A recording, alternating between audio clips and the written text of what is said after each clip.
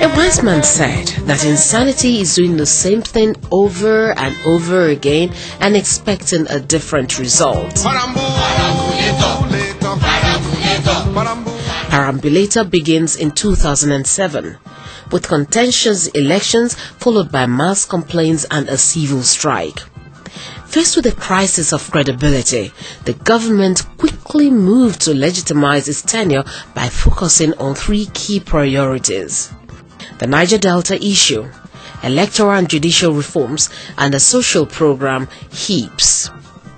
The resulting infrastructural upgrades and improvement in government accountability charms Nigerians, and a new song is heard across the land. Nigeria now we all know, we go make 'em better. But on the political front, a dark spectre looms. The age-old insidious force of political godfatherism lurks menacingly.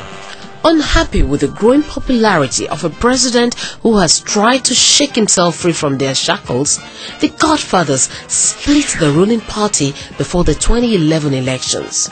The president and his faction aligned themselves strongly with pro-business interests, and with significant financial support from the private sector, the president wins the 2011 election by a narrow margin. Renewing his efforts, the president implements some infrastructural improvements. Major cities begin to enjoy stable electricity for the first time, but broader institutional, economic, and social reforms are deadlocked in the National Assembly. In 2014, Nigerians received a rude wake-up call. In line with all the liberalization of the economy and private sector's heavy involvement in the polity, subsidies on petroleum products and education are removed. Taxpayers are now closely monitored. Evaders are jailed.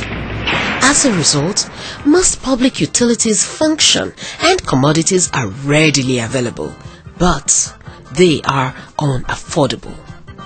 Angry union workers and civil servants who had lost their jobs in the reforms turn against the government. Seizing the opportunity, the opposition fills a flamboyant businessman as a presidential candidate for the 2015 elections, who promises to bring back enjoyment to all Nigerians. He wins and declares a week-long national jamboree to celebrate his inauguration. Millions of bags of rice and cans of cooking oil are immediately distributed in every local government. The new government spends heavily, promising heaven, earth, and chicken in every port. Fuel subsidies are restored. The quota system is reinstated, and widespread tax evasion returns unchecked. Asian economic dominance is completely ignored. Cheap goods flood the Nigerian market, and local manufacturers die. Heavy spending and corruption empties the treasury. Economic growth slows sharply. Unemployment soars, and many skilled workers leave. In 2020, Nigeria is hit by an outbreak of polio and drug-resistant TB. 700,000 children and 400,000 adults die within a year as a heavily indebted and unprepared government looks on. As the 2023 elections approach, government agencies are forced to divert donor funds to finance the elections, but Nigerians see no point in voting. Those who can sell their voters' cards. The ruling party candidates wins. More talk and less action continue. Government borrowing accelerates. Previous reforms and their benefits vanish. Investors' confidence evaporates and inflation soars. Jobs disappear, and 60% of Nigerians do not have access to good drinking water. By 2025, Nigeria is the 8th most populous country in the world.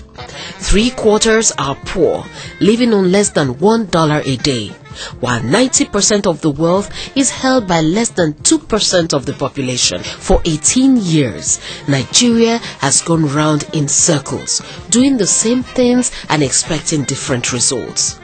Nigeria progressed, regressed, reprogressed, and re-regressed.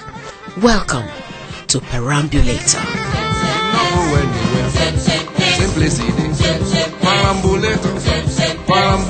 você, você.